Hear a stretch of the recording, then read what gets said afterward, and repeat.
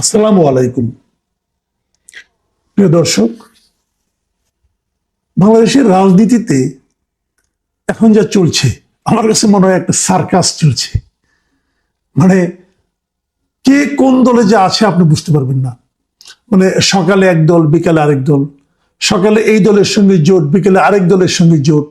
হয়তো আপনারা একসঙ্গে আলাপ আলোচনা করছেন, একজন বলেন আমি একটু বাইরে থেকে আসি, বাথরুম থেকে আসি, একটু করে শুনলেন সে বাথরুম থেকে বের হয়ে আরেক দলে যে যোগ দিয়েছে।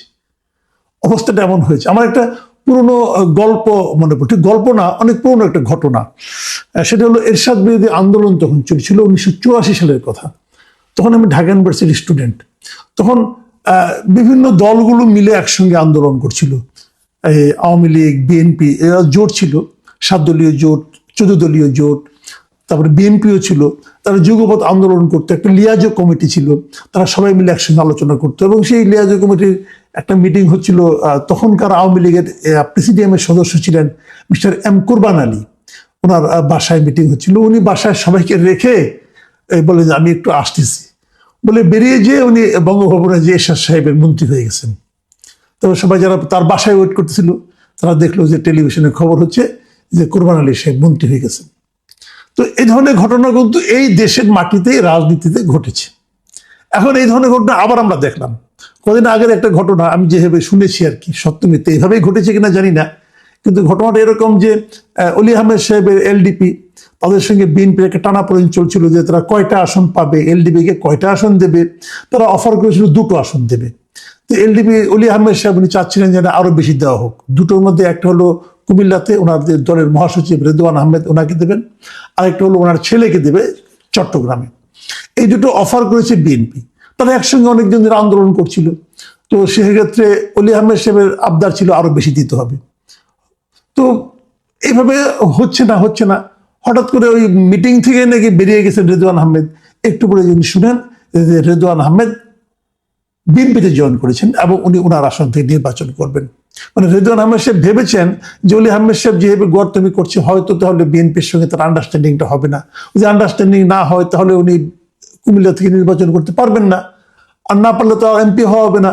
তার চেয়ে বরং উনি আরো বেশি শিওর করেছেন, মেক শিওর করেছেন যে দরকার নাই, অলি আহমেদের এলডিপি বাদ যাক, আমি বিএনপিতেই জয়েন করি এবং বিএনপির ধানের শীষ নিয়ে উনি এখন কুমিল্লার 7 থেকে নির্বাচন করবেন।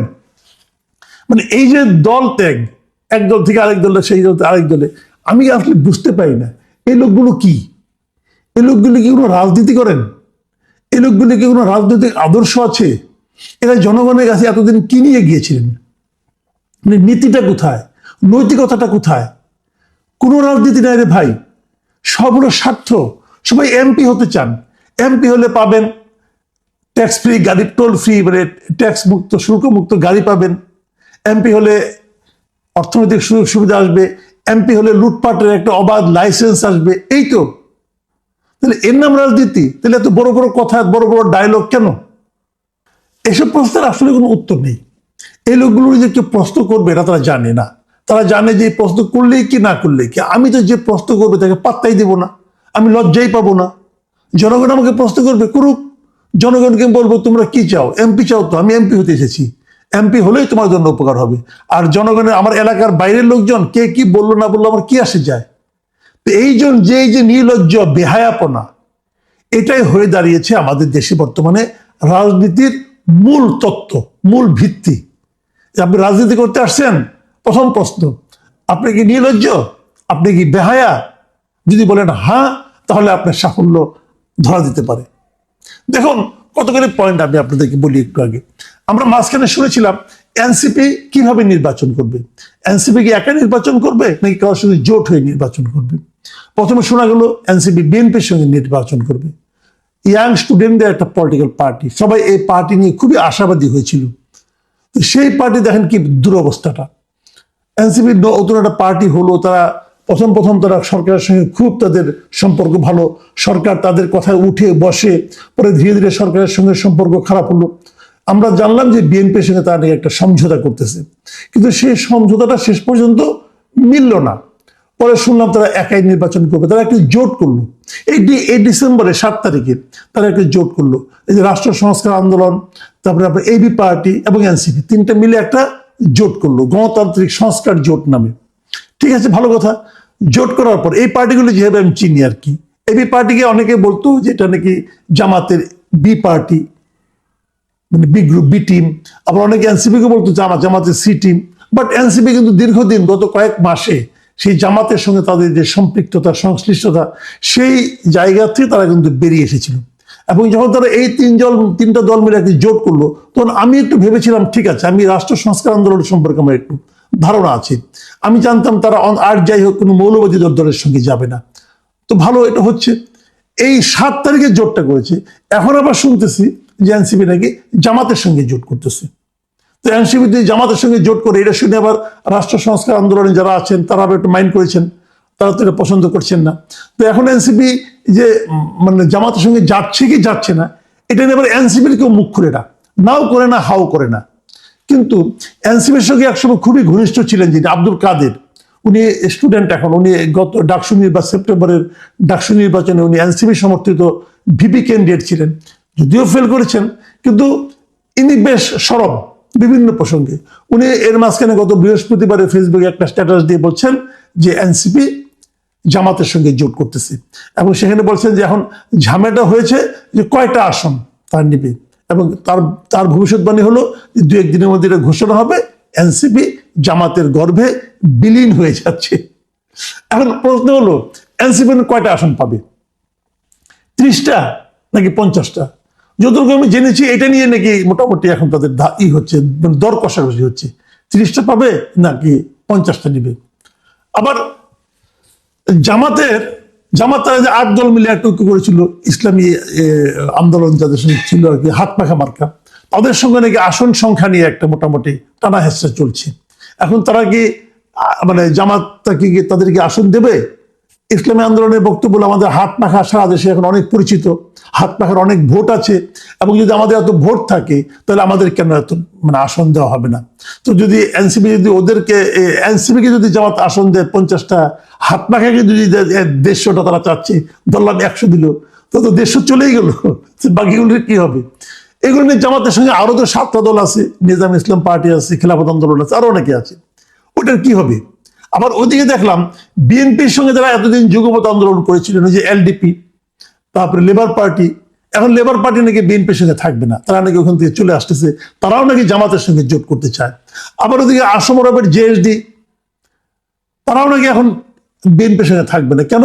উনি লক্ষ্মীপুরের একটা আসনে আসম আরবের ওয়াইফ তানিয়া আরব, উনি ইলেকশন করতে চান, ওনাকে নাকি বিএনপি দিতে চাচ্ছে না, অতএব তুমি এখানে থাকবেন না। ওনারা এখন জামাতের সঙ্গে এসে মিলমিশ করে ইলেকশন করতে।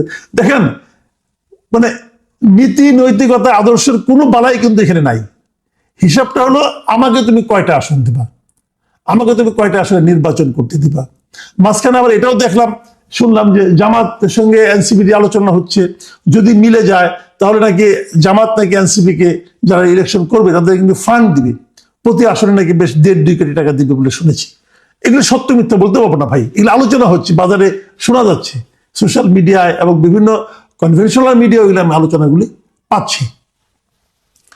তাহলে এনসিপির আদর্শটা কোথায় থাকলো? আবার এনসিপিতে তো অনেকগুলো নারী নেত্রী আছে, তাদের কি হবে?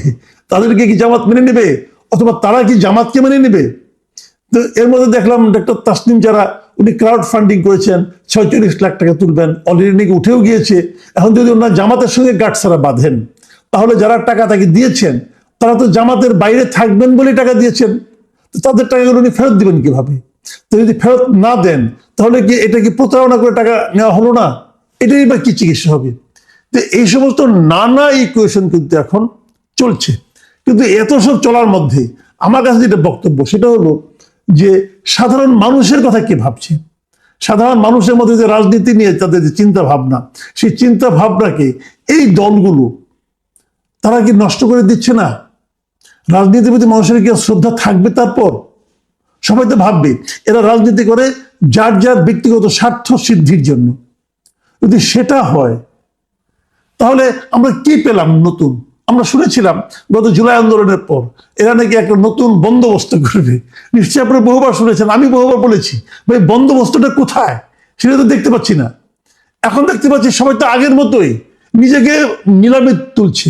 ভাই আমাকে ডাকো, আমাকে তুমি কি দিবা বলো, কত টাকার বিনিময়ে আমাকে কিনতে চাও। এই যে নিজেকে নিলামে তোলা এবং সেই নিলামে তোলার যে গড্ডালিকে প্রবাহ, সেই প্রবাহে এই স্টুডেন্ট যারা ছাত্রতা আছে তারাও গা ভাসিয়েছেন। তাহলে নতুন বন্দোবস্তটা কোথায় রে ভাই?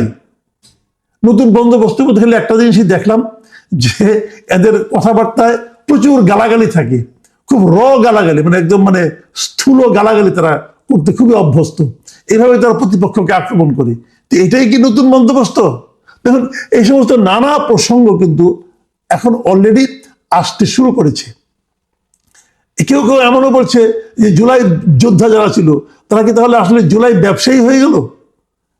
এই সমস্ত প্রশ্নের কিন্তু আপনাদেরকে ভাই উত্তর দিতে হবে। একটা কথা মাথায় রাখবেন, সামনে নির্বাচন করতে যাচ্ছেন, নির্বাচনে কিন্তু আপনাদের জনগণের কাছে যেতে হবে। জনগণের কাছে কোন মুখ নিয়ে যাবেন, কি দাবি নিয়ে যাবেন, কি প্রার্থনা করবেন। ভাবুন তো একবার, হাদিকে কথা বলেন আপনারা।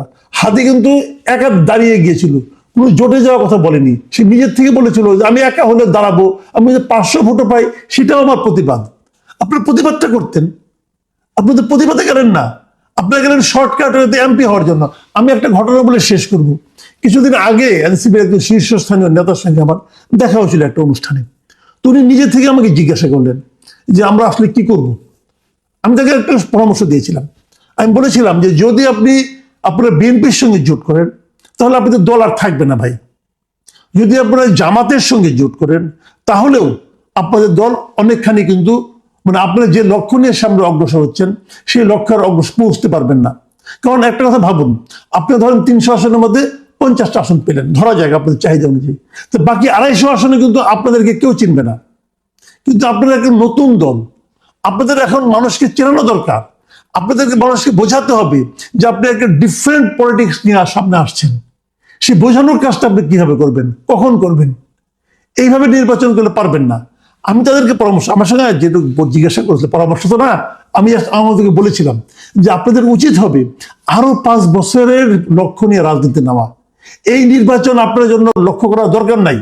এই নির্বাচনকে টার্গেট করেন না, বরঞ্চ আরো 5 বছর পরের নির্বাচনকে টার্গেট করেন এবং সেইভাবে নিজের দলকে একটা সম্পূর্ণ আলাদা ধরনের রাজনৈতিক দল হিসেবে প্রতিষ্ঠা করার চেষ্টা করেন। তাদের প্রতি আমার একটা স্বনির্বন্ধ অনুরোধ ছিল।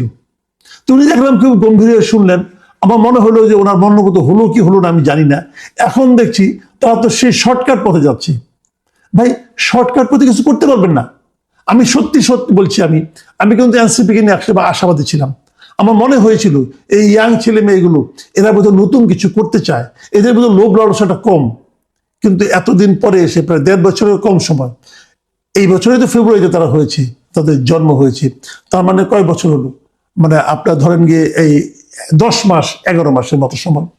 এই সময়ের মধ্যে এরা কেবল গড্ডালিকা প্রভাবে গাই ভাষায় নাই, এরা আসলে প্রমাণ করেছে যে তাদের বয়স কম এবং তাদের এই অল্প সময়ের মধ্যে কত বেশি উপার্জন করা যায়, কত বেশি মানে মাল পানি কামানো যায়। আমরা পুরো চূড়ান্ত হতাশ সাধারণ, আমি জানি না, আমি খুবই হতাশ। আমি যাদেরকে না আশা করেছিলাম, মানে আশা ভঙ্গের বেদনা কি জিনিস সেটা আমি এখন টের পাচ্ছি। প্রিয় দর্শক, আমরা জানি না সামনে তারা কি করবে, তবে আমি এখনো আশা করব, আমি এখনো প্রত্যাশা করব যে এনসিপি আরো 5 বছর পরের টার্গেটটি মাঠে নামবে। তাহলে হয়তো আমরা আজকে থেকে 4-5 বছর পরে একটা নতুন ধরনের রাজনীতি দেখতে পারবো।